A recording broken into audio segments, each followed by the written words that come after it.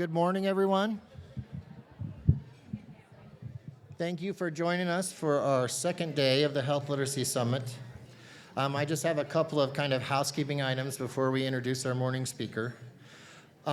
First, remember the evaluations. You can either use the QR code on the back of your name tags, or you can also access it through the app.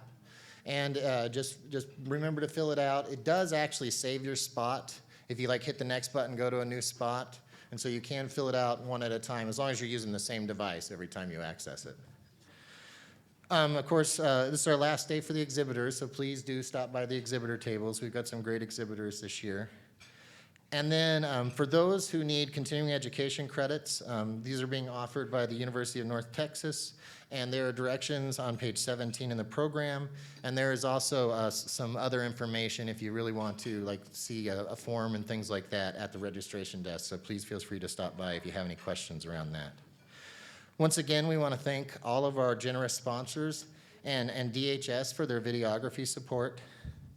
And we look forward to seeing you back here at lunch after the breakouts.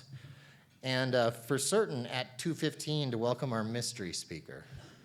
So I'm sure a few of you are intrigued. It's only about 6 hours away. And I'll give you one hint to who it is, and you can make your guess as we gather here just after 2 p.m. And that hint is that this person is part of the bioluminescent superbugs group. I don't know if that's going to help you. All right, now I'd like to introduce our keynote speaker of the morning, Kevin Moore. Kevin Moore is the CEO for the Community Plan of Wisconsin, of United Health Community Plan of Wisconsin, providing service and support to individuals and families in Medicaid, and those eligible for both Medicare and Medicaid. He is also the CEO for the Individual and Family Plans of Illinois, providing health coverage to individuals through the individual health insurance marketplace. Kevin has an extensive background in Medicaid, social determinants of health, public policy, and strategic solutions. He has a long history of proven leadership and experience with state and government-based sector programs. Most recently, Kevin served as Vice President of Strategic Solutions for United Healthcare Community and State. Prior to that role, Kevin joined Community and State more than 3 years ago as Vice President of National Policy and Strategy. Kevin previously served as Medicaid Director for the state of Wisconsin and Deputy Secretary for the Wisconsin Department of Health. Kevin holds dual Bachelor of Science degrees in History and Political Science from the University of Wisconsin-Madison, and he and his spouse Heidi and daughter Scout reside here in Madison, Wisconsin. And for a fun fact, and I really like this fun fact, Kevin marched in the 1994 Rose Bowl Parade as part of the UW Marching Band. All right, well, thank you, Kevin. Help me welcome him. Thank you. Thanks, Stan. Can you hear me? Okay. Because those that know me know that I don't need a microphone. I'll just yell louder like that. Sorry, I didn't mean to blow out your ears. Hi, everybody. Welcome and thank you, Stan. Thank everybody for the opportunity to present today. On behalf of the 115 members of our United Healthcare work family here in Wisconsin, I just want to say thank you for allowing us to sponsor. Thank you for giving me the opportunity to talk and to share a little bit. Hopefully, a little bit different spin on what you may have heard over the last couple of days and even later on today, just about some stuff that's upcoming and things that are front of mind for really 2022 and what insurers are going to be going through in the next couple of months, particularly Medicaid and people that are providing services through the exchanges. Full transparency, again, this is my first time in 2 years, just like many of you, of being in a room where I don't have a mute button and I don't have the red button on the top right corner to drop the call if I all of a sudden screw up bad.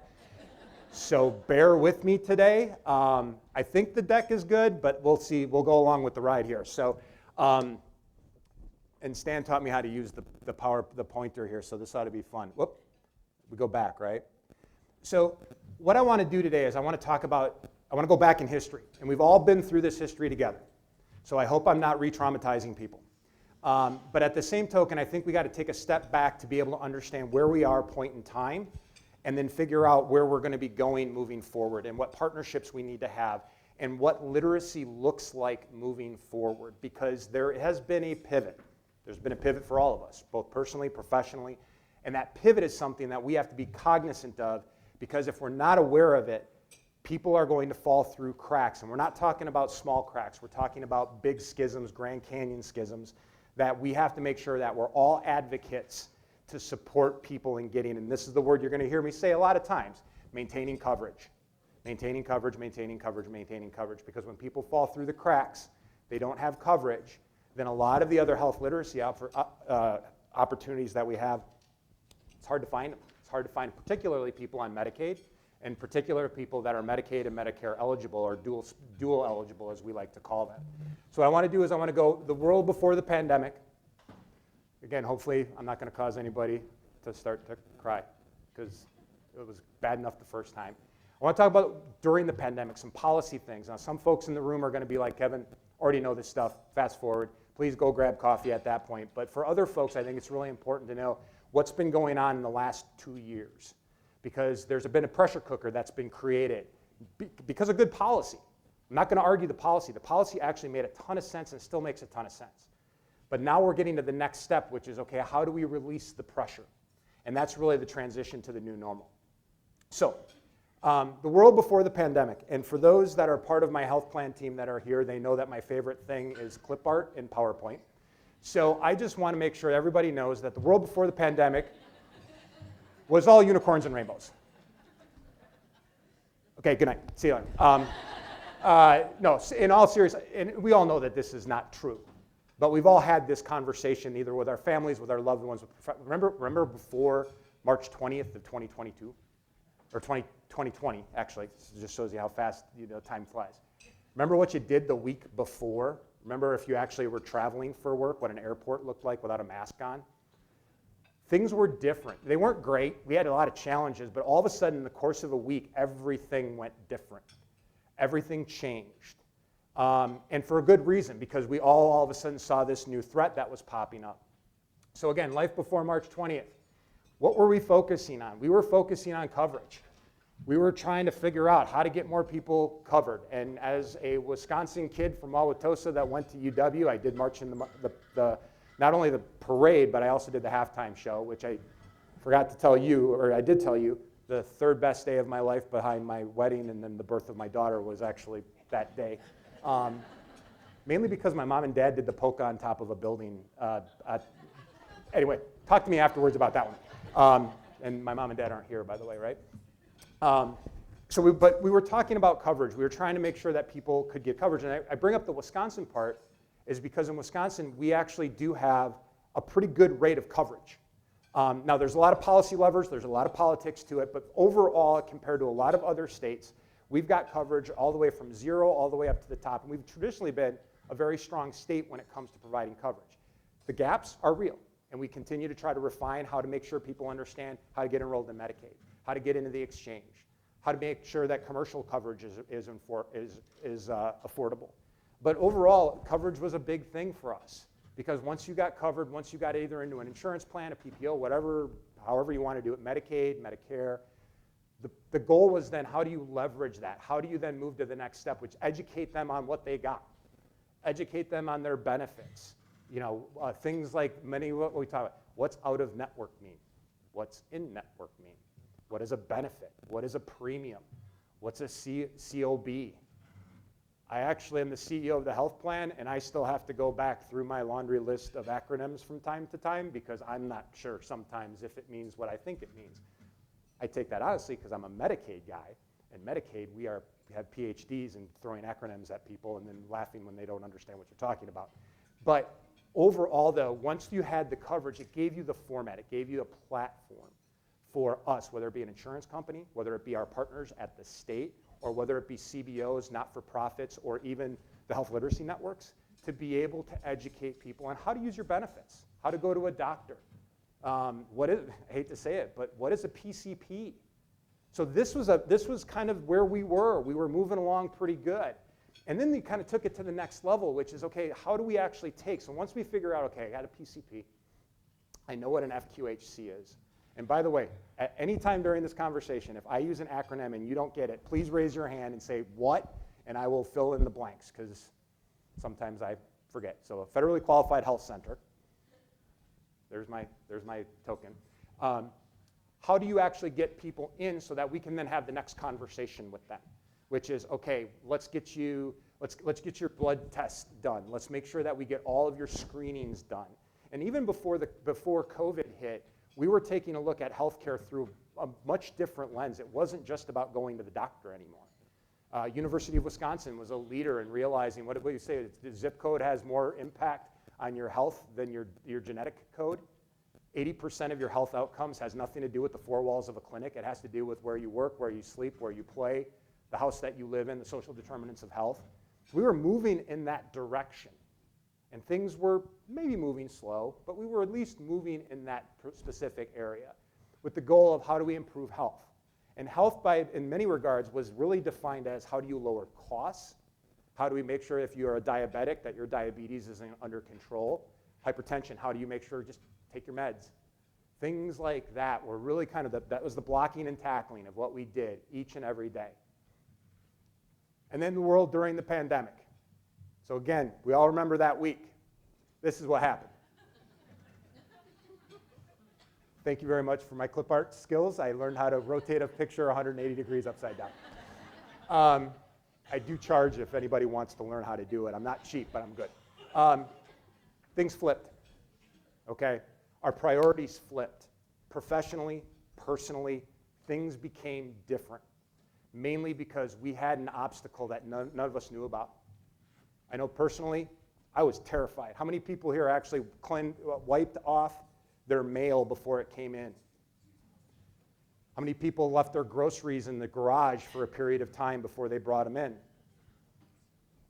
How many people thought that the guy that was either wearing brown or the FedEx was the biggest superhero on the planet? Oh, I'm sorry, and Amazon. But my wife and the Amazon guy have a special relationship. Things changed, okay? We all went through this. So what happened was everything on that previous slide for us, and I'm saying this from an area of privilege, an area where we all kind of had resources, we all had money, we all had the ability to laugh about the fact that we had people coming to our house and delivering Grubhub, which was kind of weird. We wouldn't go do it, but we would have somebody else come. Anyway, I digress. Things changed. It was a different environment. And so, again, not to re-traumatize, but this was what we were thinking about in this very short amount of time. What is this thing? How does it spread? How dangerous is it? Is there a vaccine? Are my kids and loved ones okay? Notice I said kids and loved ones because most of the time we put ourselves way in the back. How long will this last? Anybody got the answer? Who can I trust? And this is actually probably one of the biggest issues that has emerged. And I'm not talking about the political trust. I'm talking about how we've seen a change in the dynamic over the last 2 years. Actually, I'm going to go back one slide here just to talk about it. Because what we saw, in addition to all of these things related to this virus that hit us, we saw social unrest hit us. We saw George Floyd, and we saw what happened in Minneapolis. We saw that spread across our culture. We saw that all of a sudden things that we knew about. We knew about racial disparities and health disparities. We knew about the fact that black mothers that were previously, that the rates for healthy, successful births for black moms historically have always been low. But all of a sudden there was a magnification. There was an amplification of what was going on. And as we went through this, all of a sudden, remember that first thing that we were talking about? Coverage, making sure you understand what an EOB is and all that other stuff, out the window. Things changed. Things changed in some regards. We took steps back. We got scared. But in other things, it exposed kind of that live wire that we all knew was part of our culture, part of our society. We had to finally step up to it. We had to start realizing what was going on. And again, I go back to trust, because trust is going to be something that we're going to have to talk about as we think about what we're going to do moving forward. So how many people here are from DHS? Hi, guys. Fortunately, some other people, I've worked with some of you. So I'm going to kind of do my old, I always say I worked for United Healthcare, but my best job I ever had was a Medicaid director. And I truly mean it. It is truly the best job. Sorry, UHC. Mainly because of the fact that A, The people that work at DHS are some of the best civil servants on the planet. If you know somebody that works at DHS, please let them know that. But also because of the fact that the work that they do, when they do it well, nobody knows about it. Am I right? And when it doesn't go exactly the way somebody thinks it needs to go, all of a sudden it's like, oh boy, you know. Well, in my case, it was the Medicaid director screwed up, and I said, yes, I did. So what you're going to hear here is a little bit of me being the Medicaid director policy nerd, because I like this part. But this is really important to understand the environment of where we are and where we're moving forward. So I might be doing a couple things. I know there's a couple work groups, so if I get yelled at by the secretary, she's got my number, she can yell at me. But I want to talk about the work that's going on in collaboration with both insurers, health plans, providers, the state, DHS, and then also basically with CBOs and the stuff that needs to be going on moving forward. So there's some calls to action coming up. There's some ideas, hopefully some questions.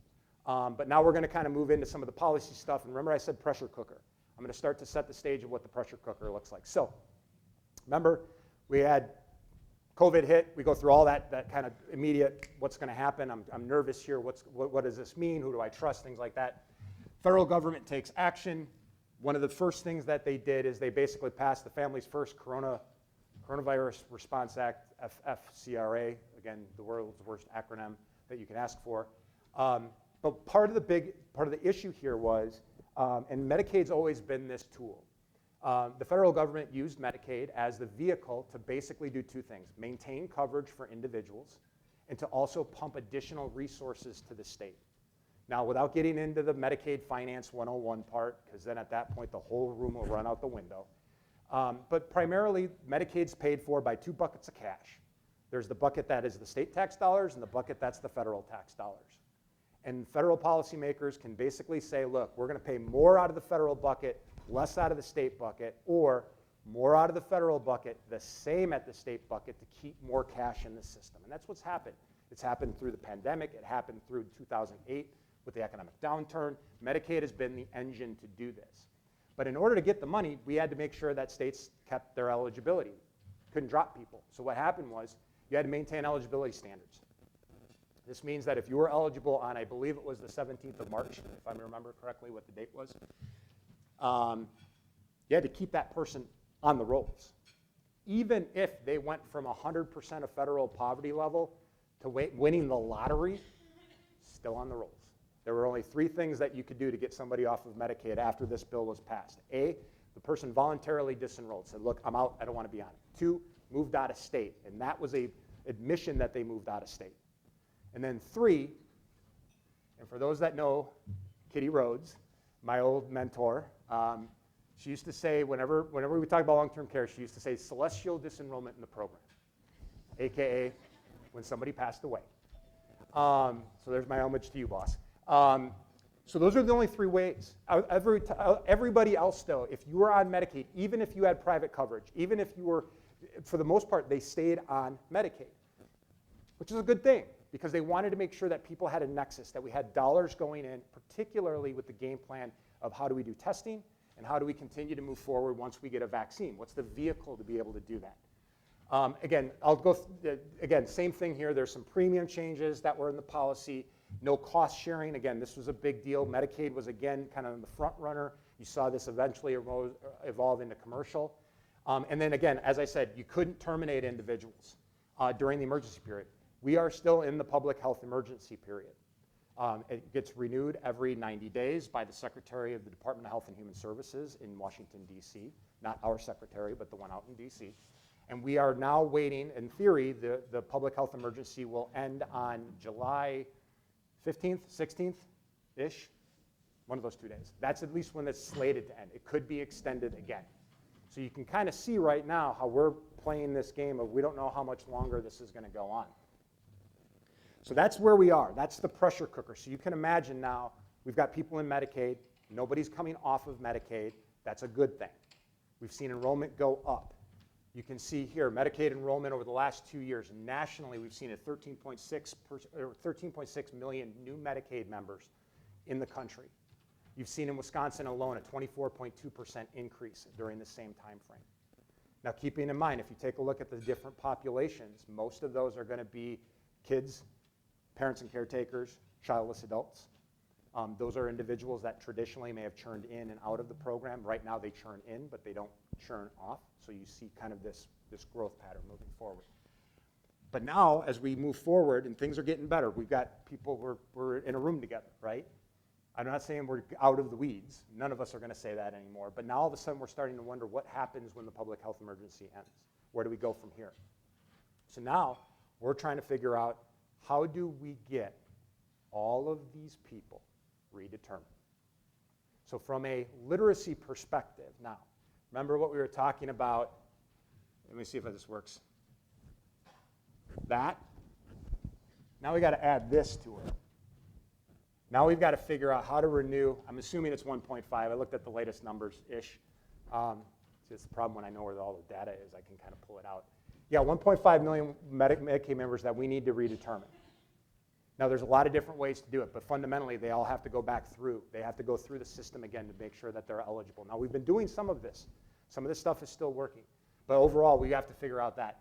Then we also have to realize, and we have to be very pragmatic about the fact that there's going to be a chunk of the population, a cohort of the population, that even when they get redetermined, they're not eligible.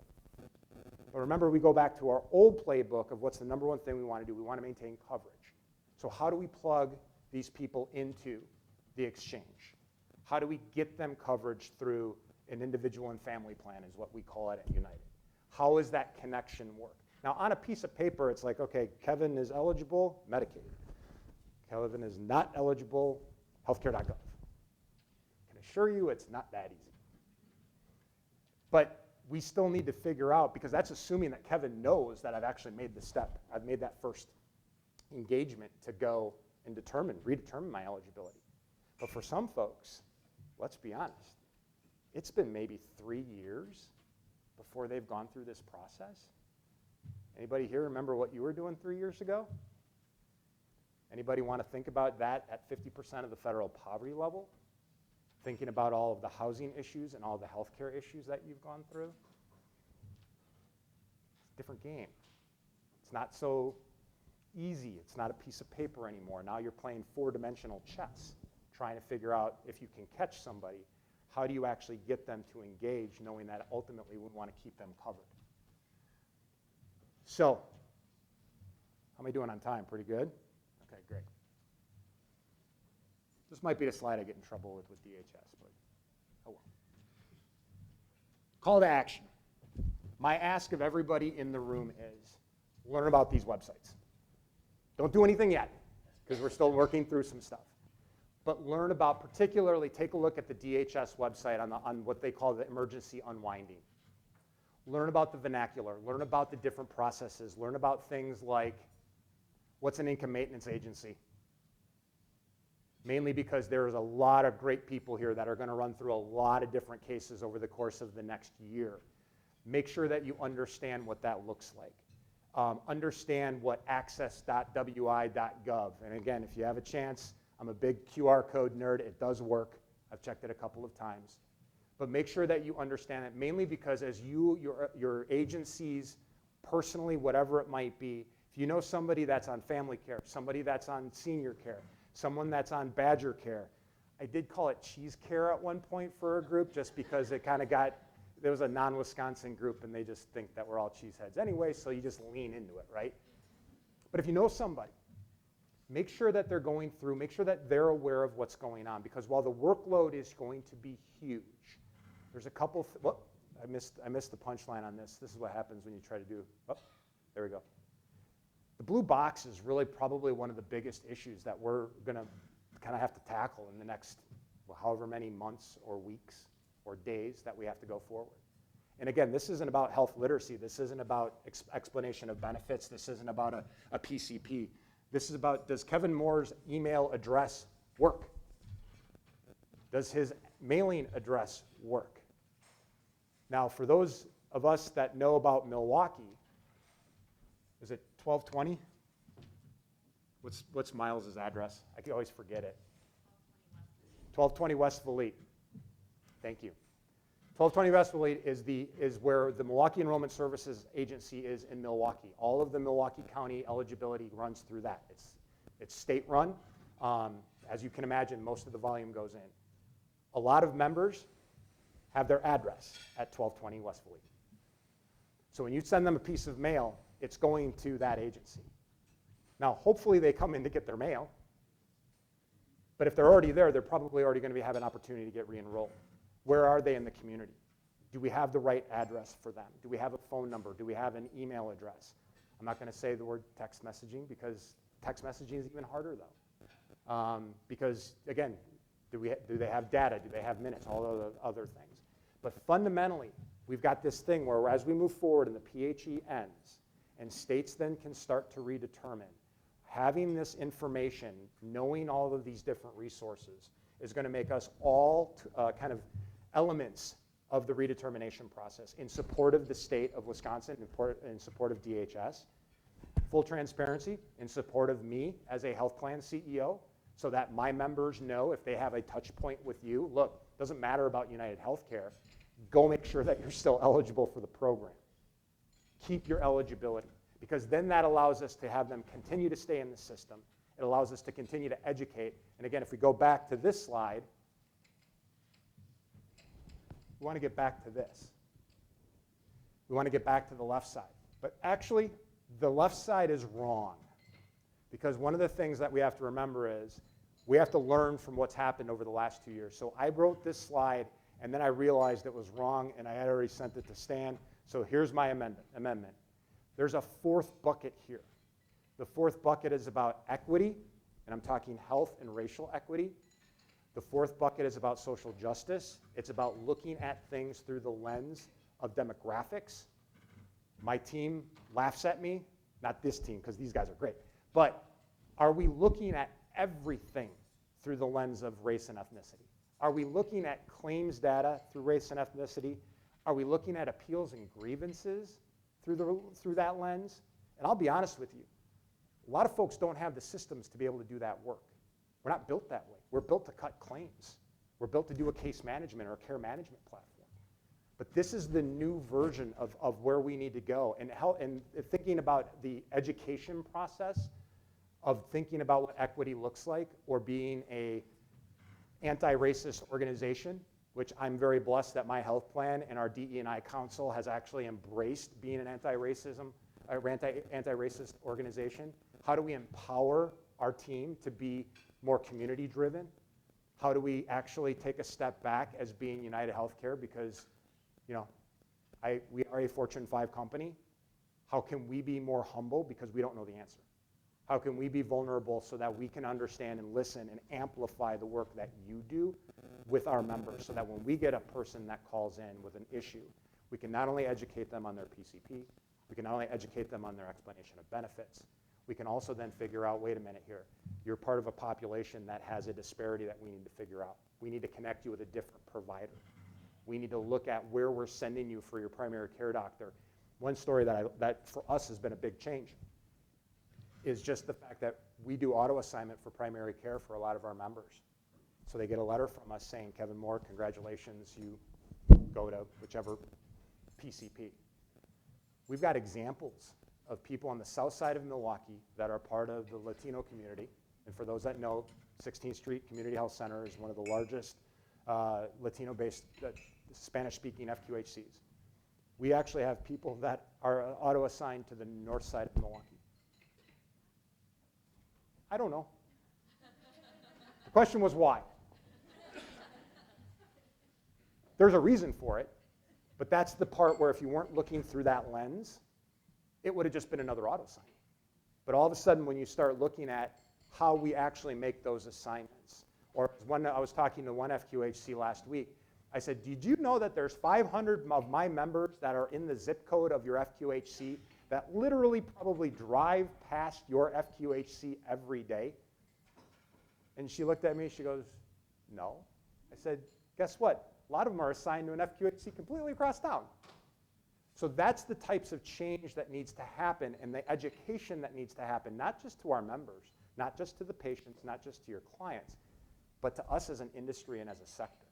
We have to start thinking about things in a different way, and we are. Now that's a positive. There's a lot of negative about COVID, but there are some positive things, some positive institutional changes that are going to come out of this pandemic, and that's probably the biggest one in my mind, is the fact that now you're going to go through this checklist, and everything is going to go through the lens of equity, and it's going to go through the lens of racial disparities, and identifying and fixing and connecting and making sure that they get the information in the way that they can digest, that the member can digest. Because to answer your question about why, it was just this. You got coverage, you got a PCP, check, check. There wasn't that next step. And that's what we need to do. So, covering Wisconsin, before I forget, state of Wisconsin has really done a great job of partnering with Covering Wisconsin. They will be one of many powerful partners in terms of connecting individuals, particularly people that may be coming out of Medicaid, needing to go into the exchange world. Covering Wisconsin, take a look at them. We're also very proud at United Healthcare. We actually did a grant for them to actually expand some of their scope as well.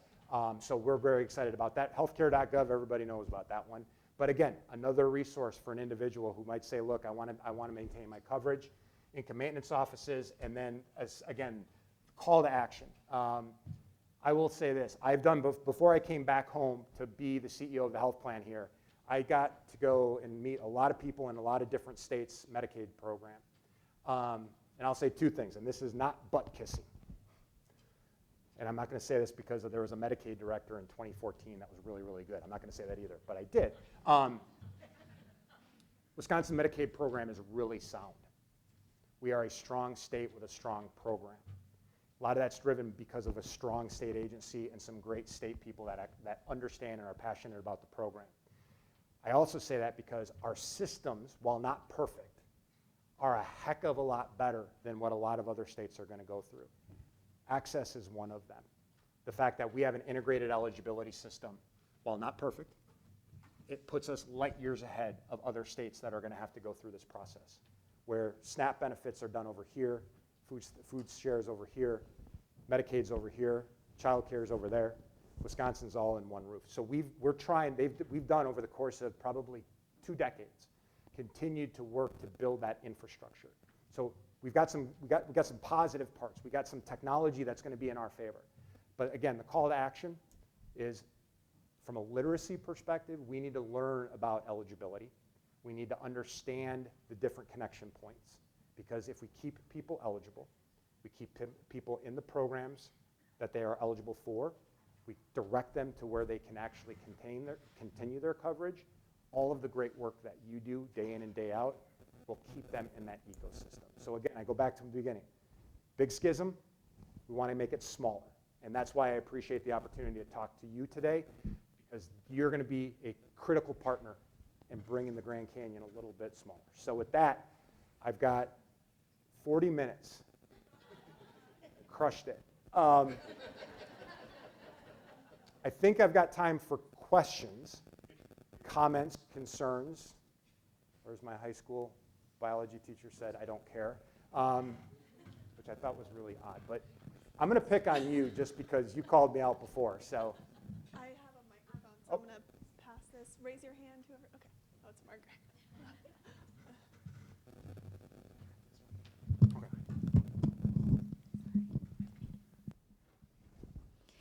I was just wondering, the map that you showed of Wisconsin, what did the different colors mean?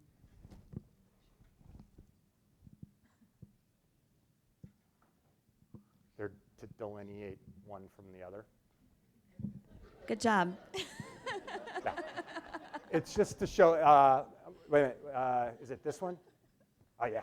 So basically, it's just to show what the consortia are. So these counties here in the Great Rivers, these are the grouping of the different counties that make up that consortia. So individuals that live in those counties, that's where they would go. So the colors don't mean, they're just more to make sure that you can see the differentiation between the income maintenance agencies. Good map, though, by the way. Who else? Yes, ma'am. With some of the points that you were making, I have a question around at what point and how far away do you think we are from a universal healthcare system? Everybody hear the question? Anybody else want to answer the question? Yeah, they actually, goodbye. I think what you've seen, if you take a look at Medicare coverage and Medicaid coverage in the country, and you look at just how things have ballooned, I think what we'll see after the PHE is kind of where some of those gaps are. I wouldn't say, well, I'm gonna be a politician in a little bit here and kind of spin out of that question. I think it's gonna be very interesting for individuals who have been in Medicaid that maybe no longer are eligible, what their trajectory is of healthcare when all of a sudden they realize, well, I'm in a narrow network now. What does that mean? Or my pharmacy benefit that used to be, 50 cents now is $2. There will be market pressures because people will be, wait a minute, that's not what it was when I was on Medicaid before. So I do think that there will be a change that will happen there. But again, getting to coverage, if I'm thinking about universal coverage, you see this already with states that have either gone to 100% or 138% of federal poverty level. Well, and that's actually, Sorry. yep. What I heard you say, Yep. right, is that we should be working more towards our goal right now in the arena that we are in should be universal coverage. And that's actually a really great, yes, I would agree. The question is there's a lot of definitions about what universal coverage looks like. And so you could make an argument that in a state like Minnesota, for example, where Medicaid goes to 138% of the federal poverty level, or actually 200% of the federal poverty level, ACA subsidies start at 100%. They actually have overlapping coverage in some of those things. Wisconsin goes to 100 and then 100 above. So in messaging, there's no gap. So states working together, that was the question. I feel like I'm taking over here. I have lots of She has questions. one question in 35 parts. Yes. So Are states having these conversations? Like, is Wisconsin having conversations with Michigan and with Tennessee? Yeah, Yeah. awesome. The Medicaid directors have their own cool kids club called the National Association of Medicaid Directors. As an alumni, it's kind of cool to go back and see what's going on. They talk all the time. The association has gotten a lot bigger, a lot more powerful, both from an advocacy perspective, but you can imagine. Let's just be honest. A state like Mississippi's Medicaid program versus a state like Massachusetts Medicaid program, the only thing that they look alike on is the fact that they've got Medicaid on. Mainly because you've seen one Medicaid program, you've seen one Medicaid program. And that's not a throwaway line. It's based off of how many providers are in the community. It's based off of the financial commitment. Now, Wisconsin has always been, Minnesota, not even Michigan, but I always think Wisconsin and Minnesota have always been more progressive. Thinking about Badger Care was one of the first programs that covered parents and caretakers above the TANF threshold. That was unheard of, but it was part of Wisconsin Works, which was part of a larger, which at the time, the message was, if we're trying to get people back to work, you gotta have healthcare coverage, not only for the kiddos, but you gotta have to have it for mom and dad as well. So that was a change.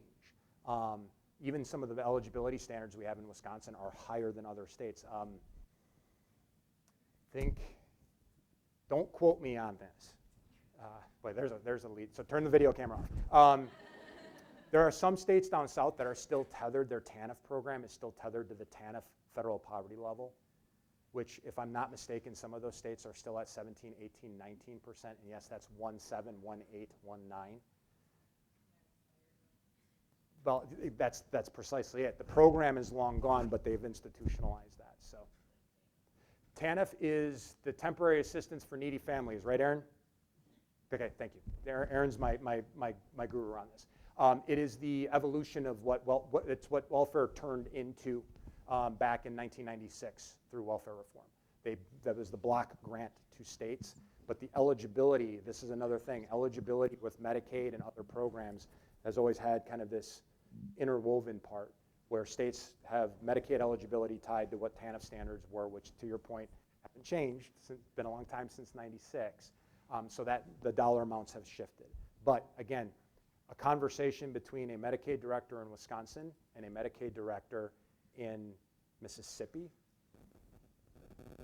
it's kind of like Klingon and Dutch. I don't know how it's hard. I mean, it's a hard conversation to have because you're trying to find familiarities between the programs, and it's a difficult thing. But circle back around, continuing to find ways of getting people covered. And again, that's why I said coverage, coverage, coverage, coverage. If people are covered, then at that point the number of uninsured shrinks, and then at that point we can talk about delivery system reform, payment reform, things like that. So. Yes. Does the state have any idea how many people, when they complete their renewals, will no longer be eligible for Medicaid, and who will help them transition and understand their options for other coverage? Yeah. I'm not going to speak for the state. I just know that the number that was said, I believe, at the Wisconsin Health News Summit, it's in potentially hundreds of thousands. Okay, I'm not going to tell you that we're not talking like 500, 600, 700,000, but they haven't. We don't know. Now, to your point, I think as you run through the system, for us at least, we want to make sure that people that are eligible, that they actually go through the process. Like that's actually the first kind of thing to do. When people are not eligible, and this is actually, we've got work groups going on right now. The state's been a great champion in leading this work. Is what's the pipeline look like if Kevin goes through and I'm no longer eligible? What's the handoff to? Is it Covering Wisconsin? Is it healthcare.gov? How do we make that warm transition over so that they can then move from the Medicaid product over into an exchange product? So the pipes are there. It's just a question now is the volume. How do we make sure that people are aware of that? And then from our perspective, how do we communicate to members so that they know, look, we got to go through this process. Here are the different options depending on what type of adverse action that they get from the state. But for our health plan, we're kind of estimating, we're at 240,000 Medicaid members right now. It could be anywhere between 20 and 40,000 members that will transition to, hopefully, we want them into another coverage. They're just not Medicaid eligible under the definition of eligibility. That answer your question? So we don't know the answer. I can't give you a hard number, but that's kind of where the tea leaves are right now. There's somebody. We had one here and one here. Okay. So why don't you have the mic? Yeah, she Go. Okay, we keep talking about coverage as a kind of a blanket statement, but you added that fourth box of health equity. Yeah. So are we talking about who is anyone talking about the right coverage at the right price, meeting the right needs that people have versus just saying, oh, they're covered, so we're good, we're checking that box. Yeah. If I take it from a Medicaid lens, so kind of a Medicaid program up, we're just trying to make sure that we have a better idea of the demographics of the population so that we know, I mean, we've got performance improvement projects around Black moms. We want to advocate for kind of thinking outside of the clinical four walls about the roles that doulas can play, the roles that midwives can play. So to your point about the coverage or the benefit load, what kind of benefits do we need to think outside the box on? Social determinants of health, I mean, it's a blanket statement, but at the end of the day, you can have the right provider, the right timing. You know when mom's pregnant, and unfortunately they have no ride, which is not an issue because we do have NEMT. But even just connecting people, you've got different parts of the puzzle that you need to connect. So Medicaid as a chassis, I think, has a lot of tools that may not be as prevalent in even the exchange product or in the commercial space. But even then, we're still, I think the Medicaid director, Lisa, gets sick of me, kind of ding dong, got another idea, ding dong, got another idea. Because I look at it as a health plan, we have the ability to coordinate across a lot of different domains. But we also have a limitation in terms of the tools we have in our toolbox, so to speak. So if everything is clinical and we're connecting clinical to clinical, that's fine. But if somebody's hungry or somebody's got housing insecurity, we can connect them to housing, the housing agency. But if anybody knows what the wait list for housing is, we can connect them to SNAP. We get them the benefits that they need, but they're in the third week of the month and their benefits have already been exhausted. So we do things on the edges. We'll provide food. I I get a monthly bill about our Amazon and Walmart bill that we actually ship food to our members, especially when they run out of food towards the end of the month. But from a sustainability perspective, at what point do you realize like this is not just a one-off?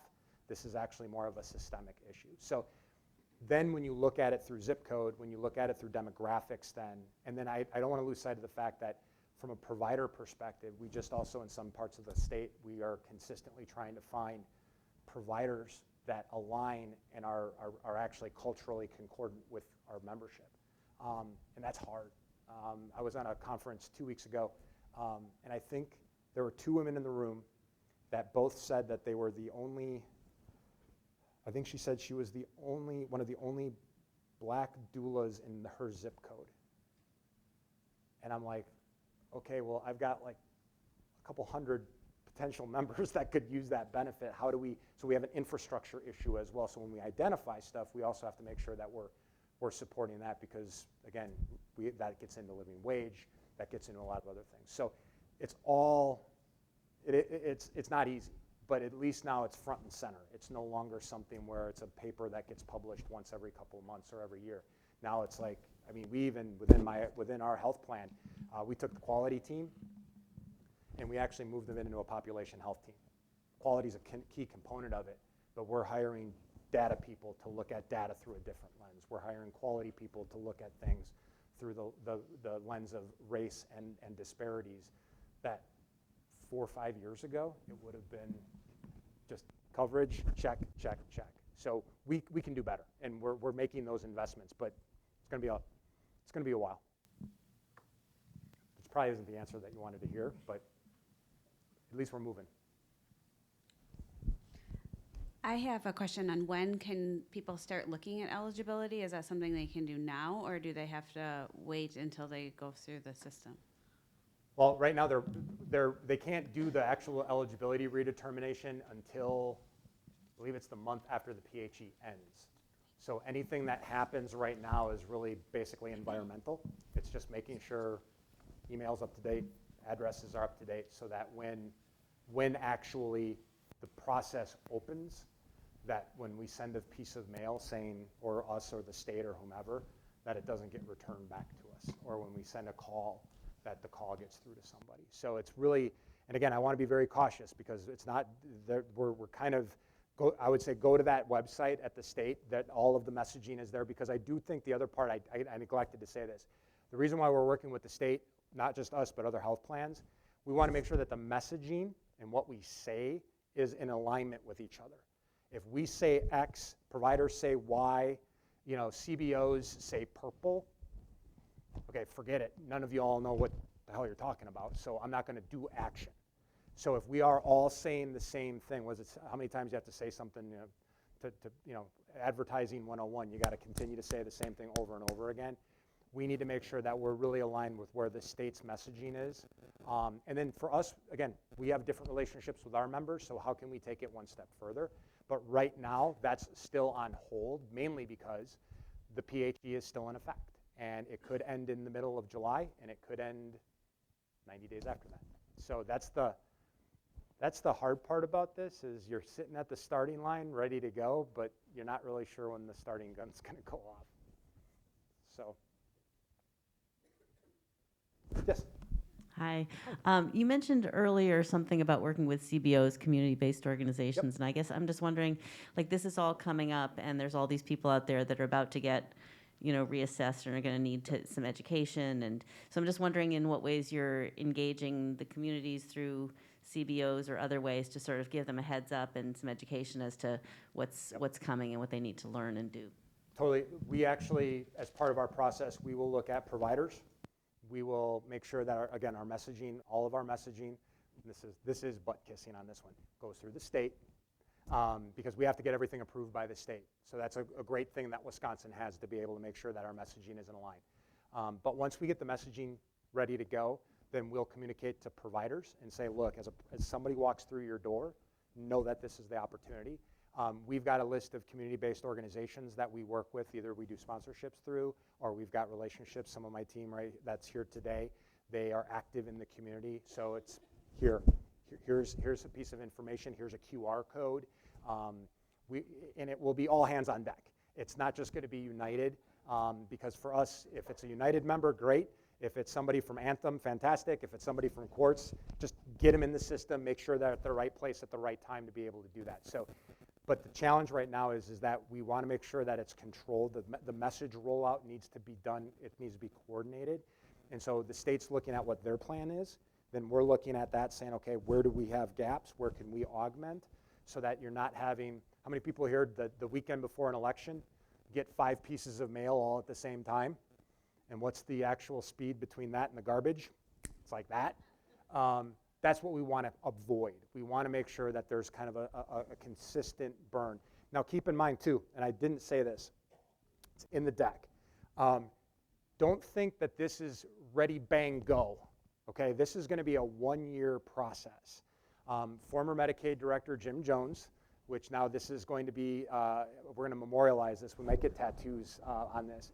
He used to call it the pig and the python, which if you think about it, the pig, if a python eats a pig, you can see the pig go through it. If you try to do everybody's eligibility in 1 month, you got 1.5 million people going through the python all at the same time. And guess what you have to do every single year at the same month? You got to redetermine all 1.5 million. Bad business plan. So again, Wisconsin's not taking that approach. They were one of the early adapters to say, wait a minute, you got to give us a year. Actually, Wisconsin was one of the first states, if not the first state, that went back to CMS and said, look, if you're thinking 30, 60, 90 days, forget it. You need to go at a year because we're essentially resetting the entire eligibility timeline for everybody in Medicaid.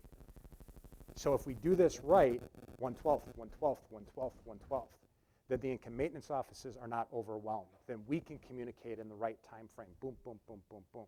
If we do it wrong and everybody's ready, fire, go, and now you're trying to redetermine 700,000 people in 3 months, guess what? That's a pretty big pig and a really tiny python. That's the problem. So again, the environment's right. It's just really at this point, I think everybody's trying to figure out when go happens. And then at that point, we'll start to do, whether it be CBOs.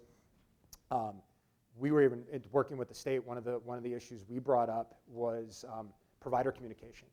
And just how do we communicate with providers about this? Because they may show up in an ED, they may show up at their PCB, and all of a sudden they're looking at going, Kevin, you're no longer eligible.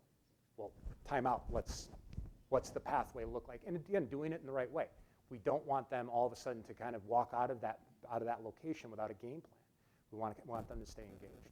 So, anybody else? Yeah, over here. Wait, got one back here. We have to wait for round 2. Yes. Thank you for going into it. That was kind of my question, because we will inevitably have people that do not respond and will kind of fall through. And I wondered kind of what the time frame was if I never responded to any of this stuff. How long would it take for me to be not covered? Yep. Well, I'm trying to figure out an adverse determination. What would that be? I'm looking at Erin because she's the one that does all this work for us.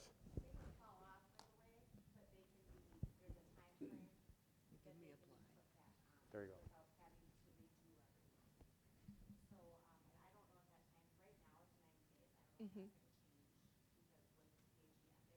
But that's what it is, sorry.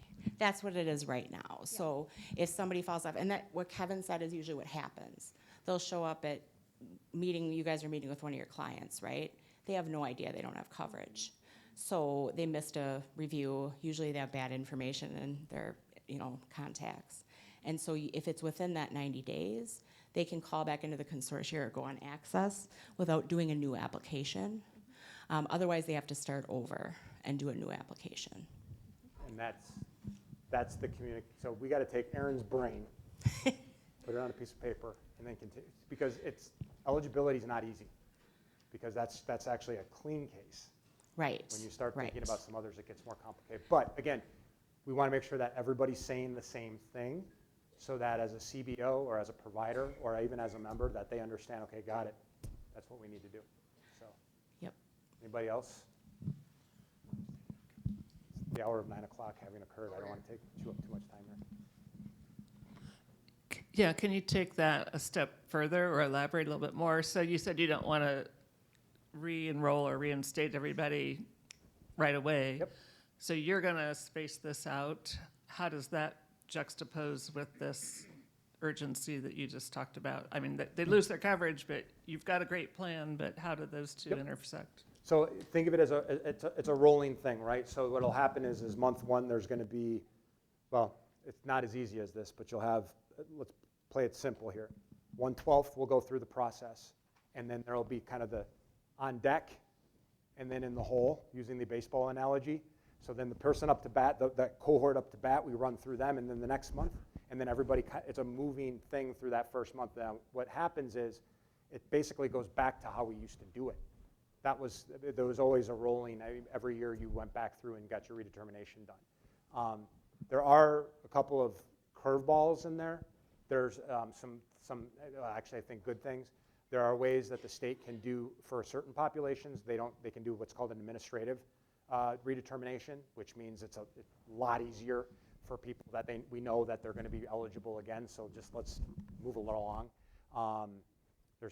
There are things that the state will constantly do. The other thing, again, going back to the integration part, is because food share and Medicaid are in the same, that's another opportunity for us to align their food share eligibility with their Medicaid eligibility so that we're just having them hit the system once.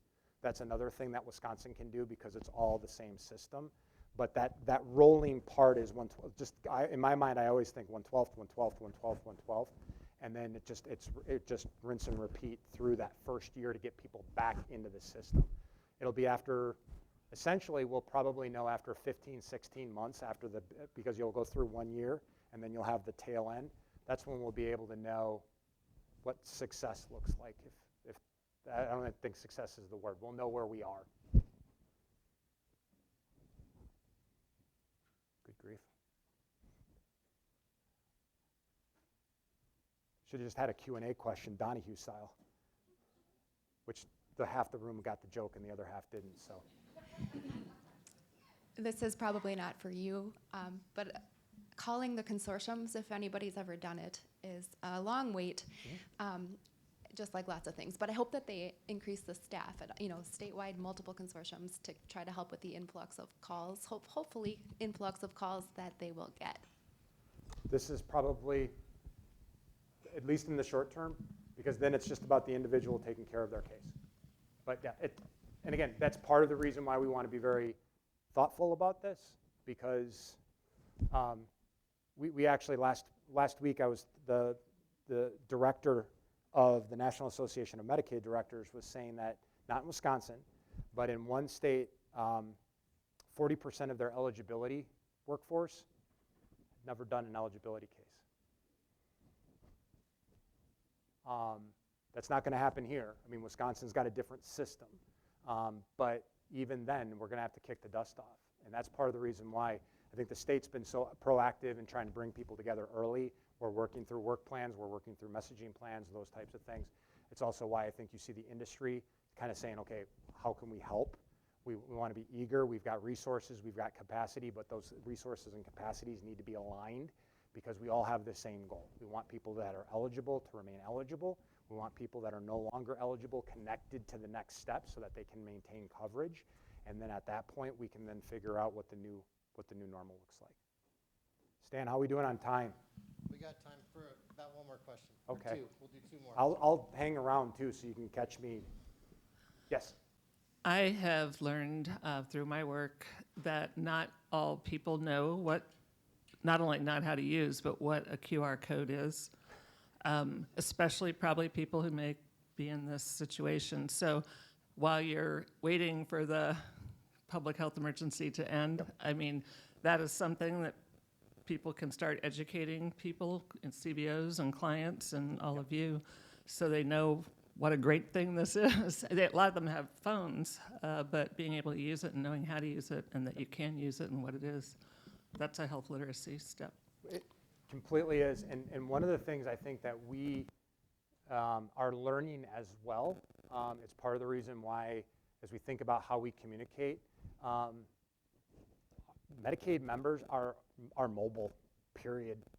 And I would go so far as to say they're probably more savvy than I am on some of the mobile platforms, whether it be Facebook, Twitter. That's how they communicate. And so for us, it's just I agree. It's like QR codes, so take a picture, punchline. If you don't know what a QR code is, take your camera out, take a picture, and then hit the little button, and it'll take you to the website, which happens to be this website. But that's a really good point. But, we have to make sure that baseline is there. So, but again, we've learned a lot about what ways to communicate to members work.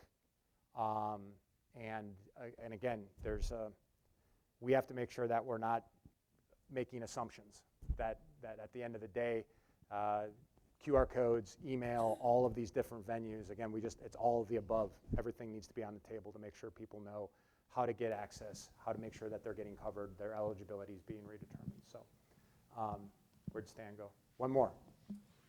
Hi, I'm actually from Covering Wisconsin, so I just wanted to chip in with a few tidbits of things that some people may not know. So I did hear a question about eligibility. Can people see if they're eligible maybe in the future, coming up? There are a couple of tools. There was a presentation yesterday from Healthy MKE. They have the Saver tool. Covering Wisconsin has the same tools, just rebranded on our website. It's 2 questions. How many people are in your household? How much do you make? It's not an eligibility determination, but it gives people an idea of where they're going to fall. And it's just basically income ranges. And as you work with people, you can help guide them and show them tools. And this is going to be a huge effort. We need everyone's help. And the other thing is that at the statewide level, there are a lot of work groups who are talking, and I just want to say on behalf of all the communicators, and I know quite a few of them are in the room, we're coming up with plans. We're going to be talking and communicating the same message, and that's really key. And so the more help all of you here can help us make that message go further, it's going to really help everyone not fall off coverage. And if they do fall off and they get care, they can backdate an application by 90 days. So we've got some tools, and there's a lot. We're trying as hard as we can to find all the nets we can put to drop for people who fall off and who miss dates and don't know kind of what to do or how to maneuver. So Should have just had her come up. I will stick around. I hope that this is both insightful and maybe there's a little bit of a pit in your stomach. But we have a great opportunity.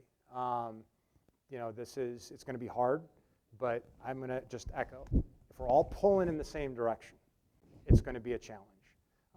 So if you have a question, Covering Wisconsin, obviously, you can call a carrier if you want to. But I would really go back to either this website or go back to the state's website. I know that they're populating the information from the work groups. Just stay aware, even get involved if there's an opportunity, because fundamentally, again, Wisconsin's Medicaid program, they take pride in their members. They want to make sure that they've got coverage, and that's probably the best venue with which to connect. So with that, thank you for the opportunity, and let's go get people covered. Yes. Thank you, Kevin.